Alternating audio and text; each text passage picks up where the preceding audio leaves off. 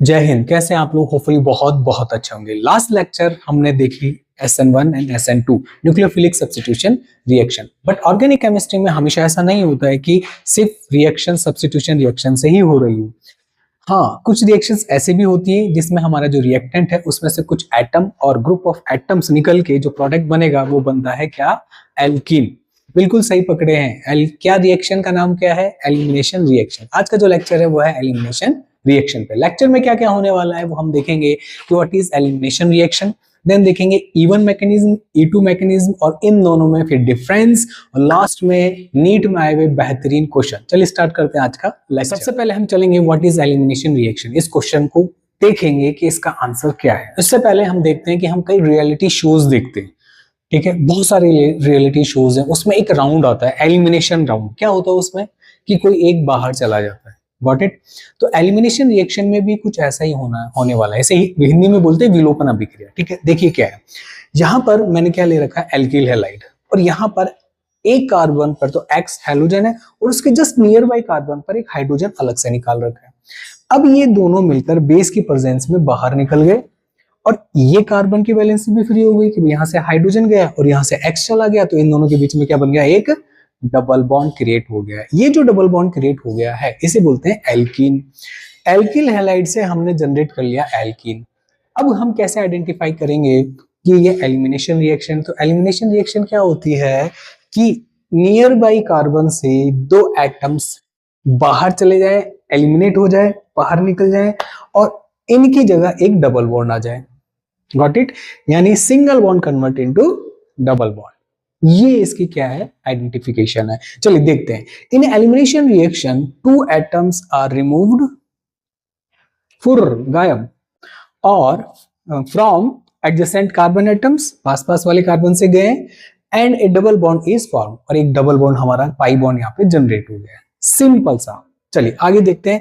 Generally होता क्या है? One hydrogen is removed, one leaving group is removed. यानी कहने का मतलब है एक तो होने वाला है हाइड्रोजन जनरली, और एक होने वाला है क्या? लिविंग ग्रुप होना चाहिए, वो हमारा हाई इलेक्ट्रोनेगेटिव एलिमेंट हो सकता है। ठीक है, एग्जांपल देखेंगे तो और बहुत अच्छे से समझ में आ जाएगा, क्योंकि अभी हम स्टार्टिंग कर रहे हैं, बहुत अच्छे से समझेंगे इसको। और so a pi bond, double bond is form between the carbon. इन दोनों कार्बन जहां से ये दोनों गए हैं, इन दोनों के बीच में क्या बन रहा है? एक पाई बॉन्ड या double bond. It is very important in alkene formation. Obvious सी बात है, प्रोडक्ट क्या बन रहा है बाबा? एल्कीन बन रहा है, तो एल्कीन फॉर्मेशन में बहुत ज्यादा इंपॉर्टेंट है। यानी एलिमिनेशन रिएक्शन में क्या बन गया? एल्कीन। या मैं से एलिमिनेशन रिएक्शन में भी पढ़ सकता हूँ, और एक जगह और कहाँ काम आ सकता है? Same as it is. कहाँ काम आएगा? बिल्कुल, फॉर्मेशन ऑफ एल्कीन में। इसका स्क्रीनशॉट ले लीजिए एक बार। सबसे पहले हम देखेंगे E1 मैकेनिज्म को। E1 मैकेनिज्म का फुल फॉर्म क्या है? Unimolecular elimination reaction. यानी हम इसको ऐसे रिप्रेजेंट करेंगे और हम कैसे रीड करेंगे? उल्टा, यूनिमोलिकुलर एलिमिनेशन रिएक्शन। कई बुक्स में आपको मिल जाएगा एलिमिनेशन यूनिमोलिकुलर रिएक्शन, तो कोई प्रॉब्लम वाली बात नहीं, बट आपको पता होना चाहिए कि क्या है। अब बात करते हैं कि आपका ये स्टार्टिंग मटेरियल है E1 रिएक्शन का। ये ही क्यों लिया है ये भी पता चलेगा मैकेनिज्म में। ठीक है, बेस डाला, यहां से एल्कीन बन गया, तो एक चीज हमें क्लियर हो गया है, स्टार्टिंग मटेरियल में से कुछ निकला होगा, एलिमिनेट हुआ होगा, इसीलिए डबल बॉन्ड आया है। It means it is A elimination reaction. अब इसे E1 में क्यों स्टडी कर रहे हैं वो भी अपन देखते हैं, इसका मैकेनिज्म देखते हैं। E1 मैकेनिज्म जो है 2 स्टेप्स में हो रहा है। किसमें हो रहा है? 2 स्टेप्स के अंदर। ठीक है, लिविंग ग्रुप पहला आ गया। क्या पहला स्टेप क्या है? लिविंग ग्रुप लीव्स, यानी लिविंग ग्रुप जाएगा फॉर, या फिर आप बोल सकते हैं फॉर्मेशन ऑफ कार्बोकेटायन। ये रहा हमारा क्या? Starting material. यहां से X को मैंने बाहर निकाल दिया है, तो ये बॉन्ड ब्रेक होगा, तो इलेक्ट्रोनेगेटिविटी हैलोजन की ज्यादा है, इस पे नेगेटिव चार्ज, कार्बन पे पॉजिटिव चार्ज, कार्बोकेटायन बन गया। ये जो स्टेप है, first step is a slow step and it is a rate determining step.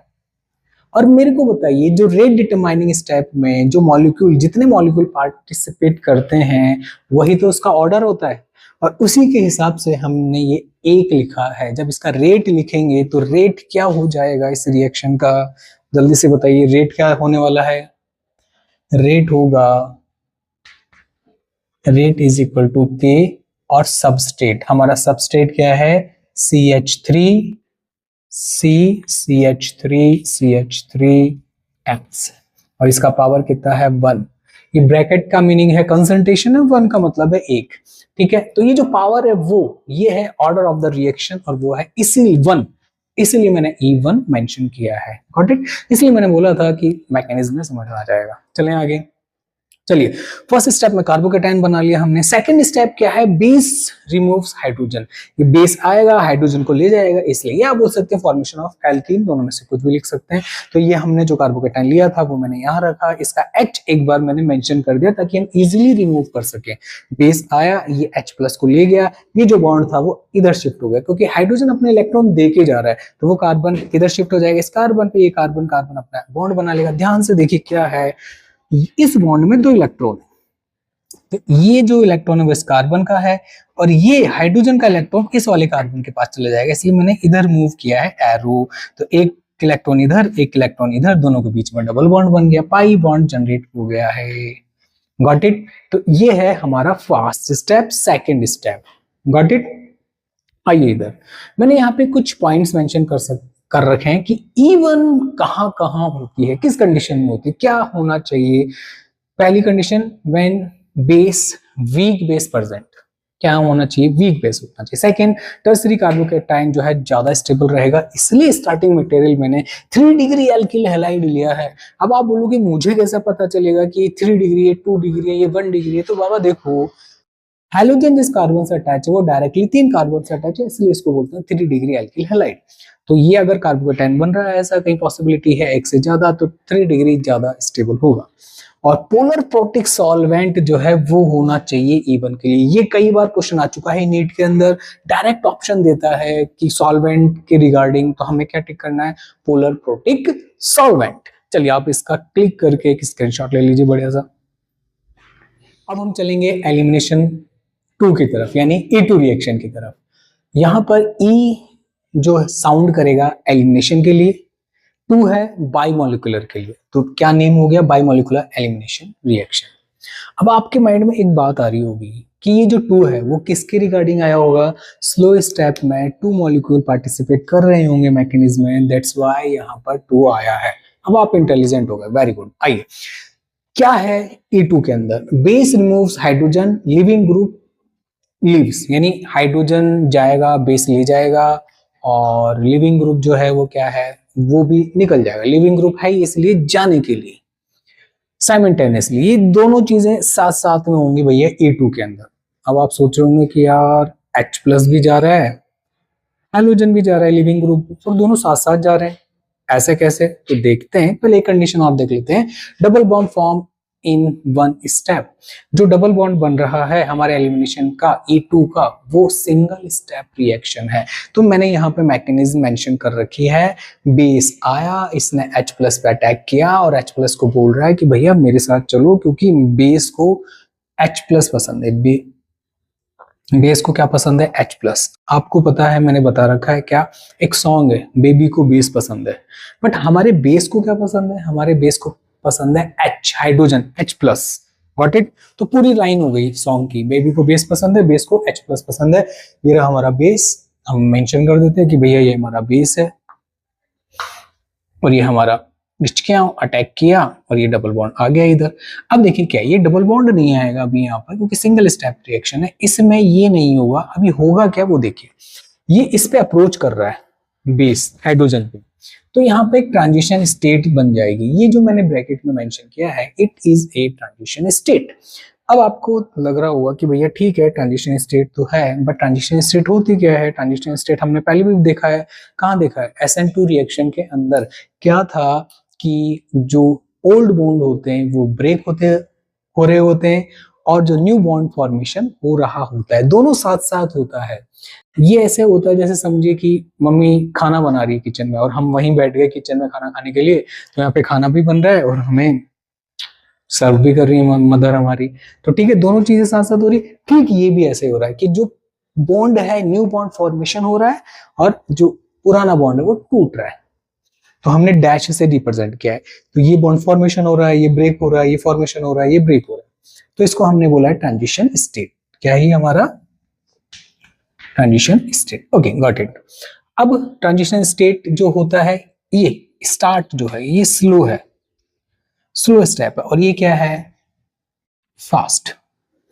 Got it. तो स्लो स्टेप में कितने मॉलिक्यूल पार्टिसिपेट कर रहे हैं मुझे बताइए। एक बेस है, एक एल्किल हैलाइड है, ये रहा, कितने, 2 मॉलिक्यूल। तो रेट क्या हो जाएगी, रेट मेंशन करूं, अगर मैं रेट मेंशन करता हूं, रेट इज इक्वल टू कि base concentration as well as reactant concentration, इसकी भी पावर 1, इसकी भी पावर 1, दोनों की पावर 1 1 को ऐड करेंगे तो 2 आएगा। तो यहां पर इसीलिए 2 आया है, समझ आ गया होगा, बहुत बढ़िया। आ जाएगी इधर, चलिए इधर आ जाते हैं। Important condition for E2, 3 condition से फास्टली देख लेते हैं। स्ट्रॉन्ग बेस चाहिए होता है, E1 में क्या चाहिए था, वीक। हाई टेम्परेचर यहाँ पे चाहिए होता है, ऑफ्टन सेकेंडरी और प्राइमरी हैलाइड हम लेते हैं। तो आप मुझे बताइए E1 में क्या, कौन सा हैलाइड ले रहे थे, हाँ टर्सरी, ठीक है, वेरी गुड, काफी इंटेलिजेंट हो यार। सेटजेफ रूल, सेटजेफ रूल क्या है उसको देखते हैं। सेटजेफ एक रूल है, एक साइंटिस्ट था, उन्होंने क्या बोला था कि अगर एल्कीन बन रही है, एक से ज्यादा एल्कीन बन रही है, तो वो वाली एल्कीन ज्यादा बनेगी जो मोर सब्स्टिट्यूटेड होगी, यानी ऐसी एल्कीन जिसमें एल्कीन सिस्टम से ज्यादा एल्काइल ग्रुप अटैच होंगे, ठीक है, ये इनका स्टेटमेंट था, तो वो मेजर प्रोडक्ट बनेगा।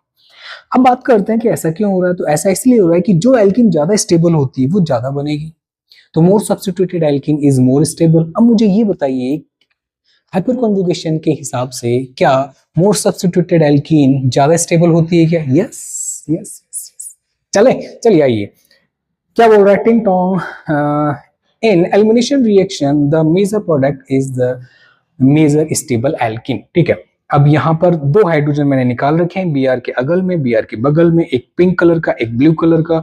अगर पिंक कलर से HBr ये जाता है तो पिंक कलर का डबल बॉन्ड बन जाता है इन दोनों कार्बन के बीच में, और अगर ये Br इस ब्लू कलर के हाइड्रोजन के साथ में एलिमिनेट होता है तो यहाँ पर ब्लू कलर का डबल बॉन्ड आ जाता है। यानी आपको समझ में आ गया होगा, ये हाइड्रोजन जाएगा तो ये एल्कीन बनेगी, और ये हाइड्रोजन रिमूव होगा तो ये वाली एल्कीन बनेगी। It is a Saytzeff product and it is a Hofmann product. Got it. जो मेजर प्रोडक्ट है वो सेटजेफ प्रोडक्ट रहेगा, और जो माइनर है वो हाफमान प्रोडक्ट रहने वाला है, ठीक है।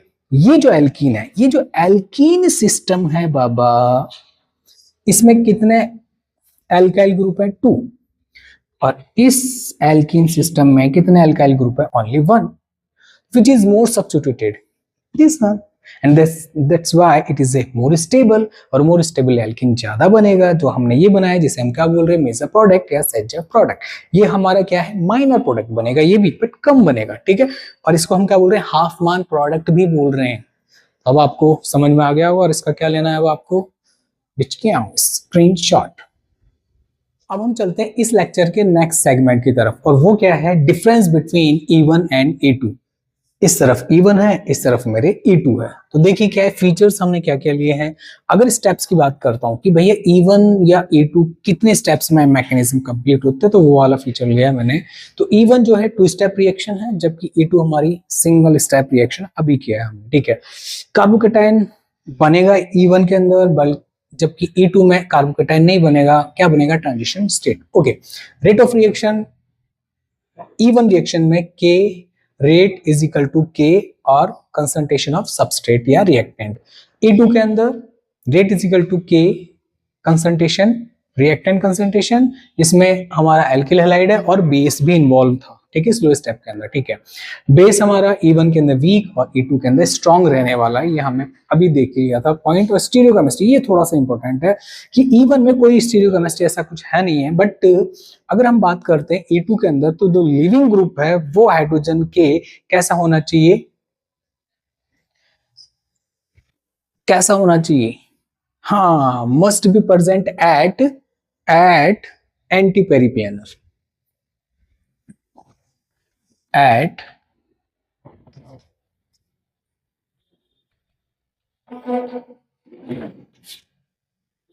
Anti periplanar. कैसा होना चाहिए, एंटी पेरिप्लेनर। यानी कहने का मतलब यह है कि जैसे मान लीजिए कि हमने ये बोला है कि ये हाइड्रोजन इधर से रिमूव हो रहा है, तो हमारा हाइड्रोजन लिविंग ग्रुप ऐसा होना चाहिए, तो ये एंटी पेरिप्लेनर हो गया। बात समझ में आ गया। तो ये स्टीरियोकेमिस्ट्री हमें थोड़ा सा पता होना चाहिए, इसीलिए देखिए हर एक सेगमेंट इंपॉर्टेंट होता है। हम कई बार हमारा जो पूरा नॉलेज है वो एक सेगमेंट में नहीं, 2 में नहीं, 3 में नहीं, तो 3 में 4 में कंप्लीट कर ही लेते हैं। तो जैसे हमने एंटी पेरिपेनियल स्टीरियोकेमिस्ट्री E2 के अंदर मैंने आपको बताया। अब क्वेश्चंस की तरफ चलते हैं। क्वेश्चंस नीट में डायरेक्टली आते हैं, बहुत बहुत इंपॉर्टेंट क्वेश्चंस है। फर्स्ट है which reaction proceed via carbocation intermediate. तो कार्बोकेटाइन हमारा कहां बन रहा था? E1 में। तो E1 is the answer of this question. तो हमारा क्या हो जाएगा? E1 answer. ठीक है। हाँ भाई, सेकंड क्वेश्चन का आंसर बताइए। सेकंड क्वेश्चन क्या है? Which reaction requires strong base. Strong base कहां बनेगा? बेस बेस ये रहा स्ट्रॉन्ग बेस E2 के अंदर। E2 आंख बंद करके लगा दीजिए, स्क्रीनशॉट ले लो भाई इसका। कुछ क्वेश्चंस और इंतजार कर रहे हैं हमारा। क्वेश्चन नंबर 3 की तरफ चलते हैं। क्या बोल रहा है? Which of the following alkyl halide will undergo dehydrohallucination most rapidly via E2 mechanism। यानी डिहाइड्रोहेलोजिनेशन का मीनिंग क्या होता है? जहां डी जिस टर्म के आगे लग जाता है, डी जिस टर्म के आगे लग जाता है, इसका मतलब वो रिमूव होगी। कौन सी होगी? हाइड्रोहेलोजिनेशन। हाइड्रोजन और हेलोजन रिमूव होंगे। ये तो एलिमिनेशन रिएक्शन में हो रहा है। वो क्वेश्चन में बोल भी रखा है E2 के रिगार्डिंग कौन सी रिएक्शन फास्ट होगी। तो चलिए ऑप्शन की तरफ चलते हैं। 3 degree alkyl halide, 3 degree, 3 degree, 3 degree. तो सारी की सारी 3 डिग्री है, तो यहाँ पे तो हम कॉमन हो गया फैक्टर। नेक्स्ट जो डिफरेंट फैक्टर है वो क्या है? फ्लोरीन, क्लोरीन, ब्रोमीन और आयोडीन। अब आपको देखना है कि कौन सा leaving group good leaving group की जैसे बिहेव करेगा। तो ध्यान रखिएगा आयोडीन का साइज बड़ा होता है और ये क्या होता है? हाँ, वीक न्यूक्लियोफाइल की जैसे भी बिहेव करता है ये, और इसका बॉन्ड लेंथ ज्यादा होने के कारण इजीली टूट जाता है। तो ये इजीली निकल जाएगा। तो इस क्वेश्चन का आंसर हमारा क्या हो जाएगा? D is the answer. Got it? चलो next question. When 2-bromobutane is heated with alcoholic cabbage, the major product is। यहाँ पे मैंने इसको राउंड किया है। रीजन है कि ध्यान रखिए हमारे एल्किल हैलाइड में ये क्या हेलोजन है, यहाँ पे OH है। तो आपको लगेगा कि यार हेलोजन को तो OH रिप्लेस कर देगा, तो सब्स्टिट्यूशन रिएक्शन है। लाला एल्कोहलिक कैवेज है, तो ध्यान रखिएगा एलिमिनेशन ओवर एल्कीन बनेगी। यहां मत कर देना इसको टच, हाँ गलत हो जाएगा, पाप लग जाएगा, पाप लगते नंबर कट जाते हैं। तो ध्यान रखें कि ये सब्स्टिट्यूशन रिएक्शन का केस नहीं है, एलिमिनेशन का है, और इसका रीजन मैंने बता दिया है, अल्कोहलिक केवेज आ चुका है इसलिए। अब आइए ध्यान से, सेटजेफ नियम क्या बोलता है? वो एल्किन ज्यादा बनेगी, मेजर प्रोडक्ट बनेगा जो कि मोर सब्स्टिट्यूटेड होगी। तो मोर सब्स्टिट्यूटेड एल्किन 1 ब्यूटीन होती है, 2 ब्यूटेन होती है। ऑब्वियसली बात है 2 ब्यूटीन है, बट वो यहाँ 2 ऑप्शन दे दिए 2 ब्यूटेन वाले, तो एक में सिस डाल दिया, एक में ट्रांस डाल दिया। क्वेश्चन अब ये बड़ा टिपिकल क्वेश्चन बना दिया। और तो अब मुझे बताइए सिस एल्कीन ज्यादा स्टेबल होती है ये ट्रांस? तो ध्यान रखिए trans alkene is more stable than cis alkene because of yes less steric hindrance. Trans में बल्कि ग्रुप एक दूसरे से दूर होने के कारण स्टेरिक हिंड्रेंस कम होगा और हमारा जो एल्कीन है वो ज्यादा स्टेबल हो जाएगा। Answer is third one, C, trans to butane। Okay, for an E2 reaction to occur, the living group and the beta hydrogen must be in which orientation। यानी आपका हाइड्रोजन और लिविंग ग्रुप किस orientation में रहेगा, मैंने आपको बताया था, ध्यान रखिए। तो मुझे इस क्वेश्चन का क्या चाहिए आपसे? बिल्कुल आपसे चाहिए मेरे को इसका आंसर, कमेंट बॉक्स में आप इसका आंसर करें। और ये हमारा था क्या E1, E2 और इनमें डिफरेंस और नीट के इंपॉर्टेंट क्वेश्चन आपके लिए। ध्यान रखिए रिवीजन का टाइम चल रहा है, अगर आप अब रिवीजन कर रहे हैं तो फास्टली रिवीजन करिए। टेस्ट सीरीज जो ज्वाइन कर रखी है, घर पे आके जो क्वेश्चन गलत हुए उनको देखें कि किस वजह से हमारे गलत हुआ, कौन सा टॉपिक आपका छूट गया, जो वीक है उस पर ज्यादा फोकस करना है। ठीक है, अब ये टाइम जो है अब अग्नि परीक्षा का है, पीछे मुड़ के नहीं देखना है। जो चीजें हो चुकी अब उठिए और लग जाइए, जितना पोटेंशियल आपका है सारा लगा दीजिए, क्योंकि ध्यान रखिए सोना जो है तपने के बाद ही निखर के आता है। ठीक है, और आप में वो पोटेंशियल है। यस, अगर आप खुद ही अपने में बिलीव नहीं रखेंगे तो लोग आप में कैसे बिलीव करेंगे। ये था आज का लेक्चर, और नेक्स्ट लेक्चर रहेगा हमारा आइसोमेरिज्म का। और तब तक के लिए हंसते रहिए, मुस्कुराते रहिए। जय हिंद।